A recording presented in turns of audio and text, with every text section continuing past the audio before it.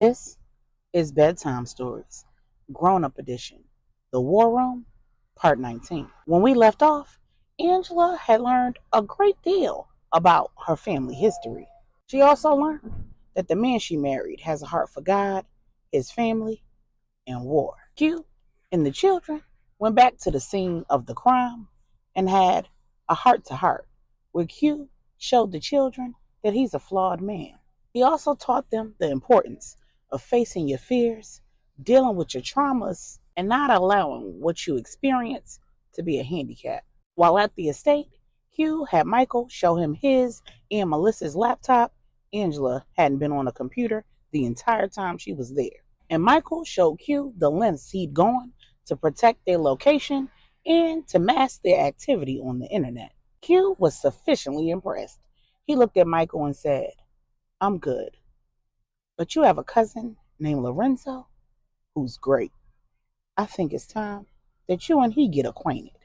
You may have very well just found your place in the family businesses." Meanwhile, at Dr. Miranda Lopez's estate, Angela and Stephanie have just been introduced or reintroduced to the family members who were available at such short notice. Among them were the employees who worked at Angela's estate: the housekeepers, the drivers, the gardeners, the chefs, and even the children's tutor and several of the security guards. While they were all getting acquainted or reacquainted, a huge spontaneous dinner was being prepared.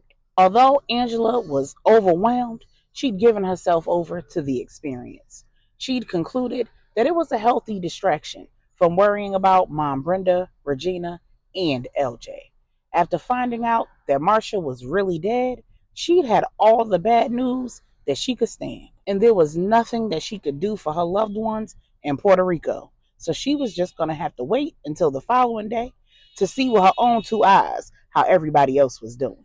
When Q and the children finished rounding up all of the belongings that they had at the estate so that they could take it all back with them the following day to the mainland, they returned to Miranda's house and everybody sat down in her banquet room for dinner. Angela noticed that the banquet room at Miranda's was oddly identical to the one at her estate back in Dallas and the one she had in Denver. So among the many questions that the sisters asked, Angela asked, "Were the estates that my sister and I inherited all designed by the same person?" Manny replied, "They were. They were designed for maximum security. If you review the floor plans kept by the land use in any of those cities, you'll find that a lot of the security measures aren't on those plans, like the tunnels, bunkers, panic rooms, etc. Those details are shared on a need-to-know basis only, and those floor plans are kept by Weinstein under lock and key." Now, what he probably didn't tell you is that the list of estates that you have is only some of the properties that you two own. The remaining properties and those that the family owns collectively, internationally, and across the states are owned by different holding companies for security purposes and only available in the event of an emergency related to family business. And that requires that we have a different conversation. Stephanie said, "Well, now is as good a time as any to have said conversation." Q quickly interrupted and said, "Neither of you are ready for that conversation."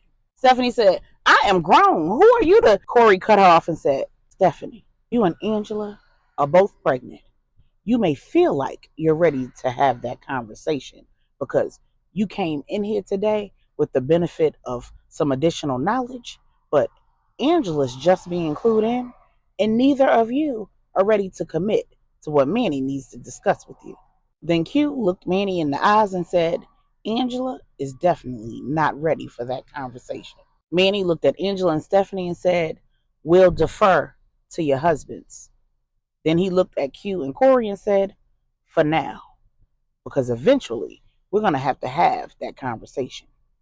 I don't plan to live forever." Q and Corey both nodded, and then Q said, "Were you able to make those arrangements that we discussed?" And Manny said, "Of course I did. Y'all have an appointment in about 45 minutes. It's going to take you about 20 minutes to get there on time. But even if you're late, she'll wait." Angela was confused, but at that point, she had resigned herself to silence because it was clear that the lay of the land and the culture dictated that the men lead and the women follow. Angela just looked and thought to herself, I sure am glad that I do not live here and I'm not married to a Puerto Rican man, because I couldn't do this. Then Q and Angela got in one of Manny's many cars, driven by another member of the family. And this family member was armed to the hilt and on go.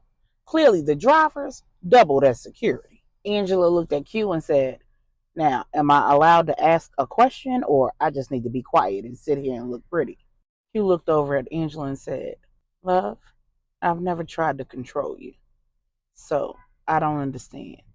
Angela said, Back there at the house, you decided for me whether I was ready to have a conversation with my newly found uncle, and it was clearly not up to me. So I'm not sure whether these new rules only apply to when we're around Manny or if they apply when we're alone. He said, Love, I wish that all of this was happening under different circumstances. I wish that we had the benefit of time to have conversations about your family and the things that are going to transpire going forward. I wish that you knew about your family before you and I met. I'm not in charge here. I'm getting in where I fit in. The truth is you're in charge. But I have a job to do. My first job is to love you with everything in me, and my second job is to protect you. When it's all said and done, you're going to have some decisions that you're going to have to make as it relates to your family. But I'm always going to make the decisions as it relates to ours. So I decided that my wife will not have any additional stress today, and she won't get on a plane tomorrow until after I've had a doctor check on our babies. Angela looked at Q and said, I apologize. We've been apart too long, and so much has happened that I'm clearly off my square. From the moment you came over that intercom and told me to follow the instructions you gave me on our first date, I've been making all the decisions for myself and for our children. I've been almost completely in the dark, relying on our 11-year-old son for the publicly available information that still didn't tell me what I needed to know. A little over a week ago, I was preparing to raise these children alone because my husband was facing 50 years in prison. I found out when you were standing on the beach that you'd been released from jail. And the one time that I took the children out on the beach, Michael looked at me and said, I hope that the next time we do this, my daddy is here. And I looked him in his face and I told him that we would pray about it. And in my heart, I had no idea when or if we would ever see you again. As the tears rolled down Angela's face, Q said, When I pulled up outside of Miranda's house, the driver received a text. He told me to stay in the car and he would let me know when to go inside. When he gave me the nod and I got inside, the head of your security told me what Michael said when you took them out on that beach. Then he told me where y'all were. He told me that he and Miranda had done everything they could to convince you to take the children out there because they knew I was on the way. I'm so thankful to God that he gave me the chance to give my son that experience. That while we were absent from one another, he surrounded you with people who love you. But I hate that this situation has caused you not to trust me to have your best interests at heart, love. Angela said, I do trust you, babe. But you got to understand that I can clearly see that something has changed. You said, I will never allow the things that happen in life to compromise the man that I am or the life that we're building together. Trust that I am still the man you married 2 years ago. I'm still the man you fell in love with. I'm still the man you trusted with your heart, the man God designed for you. And he's still perfecting for you. I'm surrendered to that perfection, love. I'm committed to being the best man I can be for God, for me, for you, for our children. And that means absolutely nothing if you don't believe that. Then Q did, and Angela submitted. When they pulled up outside of the doctor's office, all of the lights were out. It was 9 o'clock at night. The driver pulled around the back of the office and pulled up in the parking lot, honked his horn twice, and out came a beautiful woman, dressed in scrubs and an ear-to-ear smile. When Q and Angela stepped out of the car, she said in Spanish, "Angela, I'm your cousin, Maribel. I'm your Theo Manny's oldest daughter. I've heard so much about you from my sister, Miranda. It's a pleasure to meet you. This must be your husband, Quincy." Angela translated for Q and then said to Maribel, "My husband doesn't speak Spanish." Maribel said, "Oh, my apologies. I'm so sorry, Quincy. I understand that you two need to confirm a pregnancy and see how things are going." Then she walked them inside of her office and explained to Angela that she'd used the release that she signed for Jeffrey to obtain her medical records, and she'd already reviewed them and knows all about her previous pregnancies. Angela was impressed. After confirming Angela's pregnancy with the urine test that popped positive within seconds, Dr. Maribel Lopez got Angela comfortable in an exam room and pulled out the ultrasound machine. She projected the image onto the monitor on the wall, and as usual, Angela was confused. She could clearly see inside her uterus, but it was a tangle of arms and legs, and it didn't look anything like the ultrasounds that she had with Angel. Maribel said, "This is your first ultrasound with this pregnancy, correct?" Angela said, "Yes." Maribel said, "Okay, I need you to brace yourself, Angela. And Quincy, you may want to take a seat." You said, "I'm good. I already know what you're going to say." Angela looked at both of them confused, and Maribel said, "Angela, you're having twins." Angela almost fainted. She said, "What?" Q said, "Love, you can't be surprised." Angela said, "Of course I'm surprised." Q said, "But I keep telling you you're having my babies. What did you think I meant?"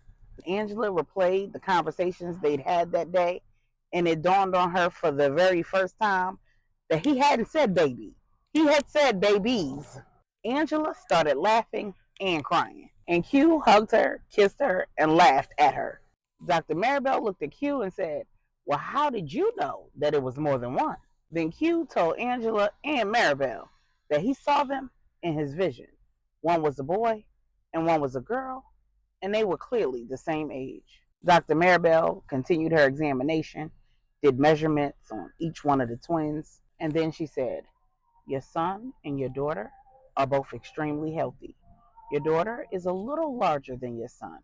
So when you get home, I'm going to need you to immediately see an OB. Because this is a multiple pregnancy, you are high risk. And based on your previous experiences with your pregnancy with your son, you're going to need to see a number of specialists as soon as you get home. Now, before I can officially clear you to travel, I'm going to have to do an internal exam." Angela was in shock.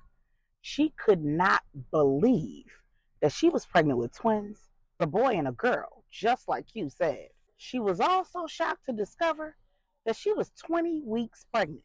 She was nearly 6 weeks when she left for Puerto Rico. She looked at Q and asked, "Did you know before I left Dallas?" Q said, "I did, love. It's one of the reasons why Mom Brenda didn't leave with you and the children. She wanted to make sure that I got out of the house so that I would be there for you and our babies. Not just the ones that we already have, but the ones that we knew you were carrying. She risked her life for these babies.